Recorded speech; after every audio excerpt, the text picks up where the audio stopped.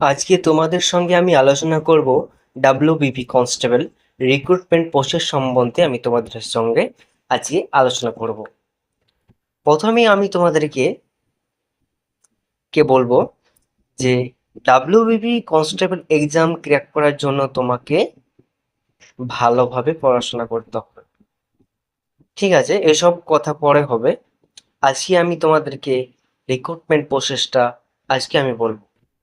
প্রথমে written exam হয়। আগে প্রিলিমস হতো, তারপরে মেন্স এক্সাম হতো, কিন্তু এখন সেটা হয় না। এখন একটি এক্সাম হয়। প্রথম এক্সাম হয়, রিটেন এক্সাম হয়, তারপরে তোমার পিএমটি হয়, তারপরে ইন্টারভিউ হয়, তারপরে ফাইনাল রেজাল্ট দেয়, তারপরে মেরিট লিস্ট তৈরি হয়, তারপরে মেডিকেল তৈরি হয়, তারপরে তোমার জয়েনিং কমপ্লিট হয়। এবার আমরা আসবো যে এর কি বয়সের ছাড় পাওয়া যায়, কত যোগ্যতা। ডাব্লিউবিপি এক্সাম দেওয়ার জন্য তোমার ন্যূনতম যোগ্যতা লাগবে মাধ্যমিক পাস, বা এর কোনো উচ্চতম ডিগ্রি থাকলে তুমি অ্যাড করতে পারো, কিন্তু ন্যূনতম যোগ্যতা লাগে মাধ্যমিক পাস।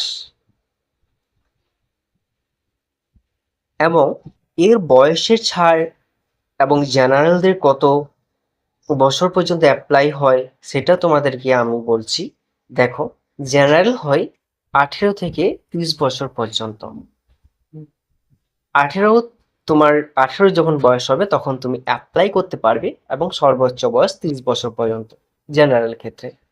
ওবিসি এ এবং ওবিসি বি, এখন এটা ওবিসি হয়ে গিয়েছে, এবং এর সর্বোচ্চ তোমার বয়স হচ্ছে তোমার 3 বছর ছাড় পেয়ে 33 বছর বয়স পর্যন্ত তুমি এই এক্সাম দিতে পারবে।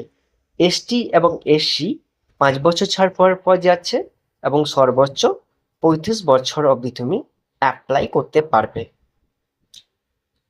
এরপরে আমরা চলে আসব যে এর সিলেবাসটা কি আছে। দেখো, ম্যাথমেটিক্স ক্ষেত্রে বা অঙ্কর ক্ষেত্রে 25 নাম্বার থাকে। জিকে জিকের জন্য তোমার 25 নাম্বার থাকবে। রিজনিং রিজনিং জন্য তোমার 25 নাম্বার থাকবে। ইংলিশের জন্য তোমার 10 নাম্বার থাকবে। টোটাল মিলিয়ে তোমার 65 না 56 এখানে আছে, এটা একটা ভুল মিস্টেক আছে। টোটাল মিলিয়ে তোমার 85 নাম্বার তোমার মেন্স এক্সাম হবে। তারপরে 15 নাম্বার তোমার ইন্টারভিউ হবে। টোটাল মিলিয়ে 100। 100-র উপর এর তোমার কাট অফ তৈরি হয়।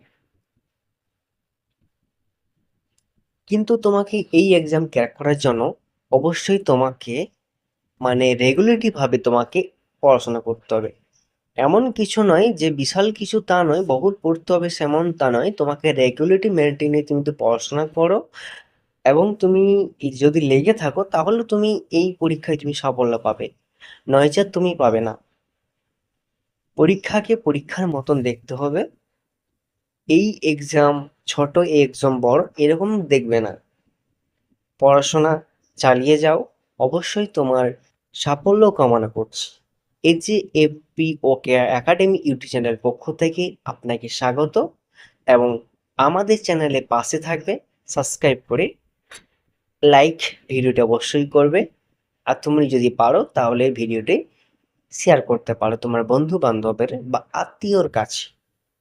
অবশ্যই একটা লাইক দিয়ে আমাদের সাথে থাকো। ধন্যবাদ। দেখা হচ্ছে পরবর্তী কোনো ভিডিওতে।